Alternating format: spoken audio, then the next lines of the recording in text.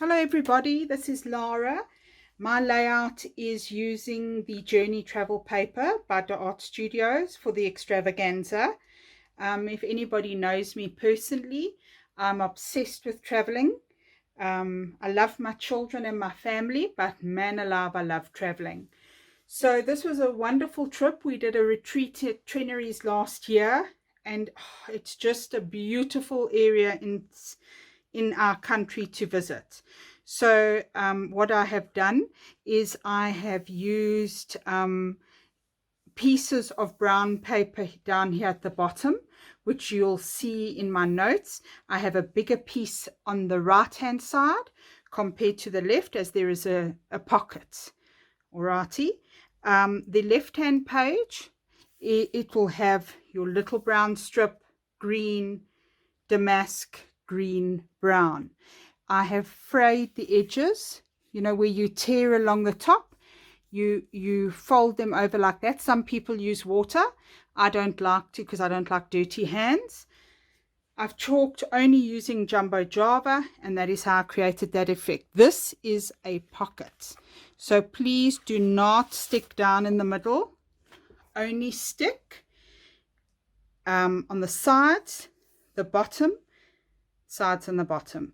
Okay, then what I've done is, because I travel photos, there's always so many, so I have created, sorry, the lighting's not great, I have created just a whole whack of photos on an insert, and I pop it in. I've also used stamps off the stamp sheet, which you can fussy cut, because I know that you all love fussy cutting so much. It's like what you just strive to do when you're watching series. And I've added little stamps there. An A4 photo is just so wonderful to use, and we forget to do them. It's a great way to highlight your trip. We've used the little tag here with a small photo on the top. I love using words. A lot of you that have been with me a long time, unforgettable, en route, fabulous to use. There's a little stamp tucked in there. Perfect. So now on the right hand side, when we stick this one down, I love booklets. Now don't panic about having to pull your inserts, your albums in, your layouts in and out of inserts, guys. What I do is I would actually stick this pocket onto your insert in your album. That way it makes your album interactive. So coming to the right hand page, I have a booklet, and I would only stick this portion of your booklet onto the album cover, album insert. So therefore your album is interactive, and don't worry about the photos like getting damaged or whatever, because when the album closes it will be on plastic. So, there will be plastic around it. So that's a great way to make your album interactive.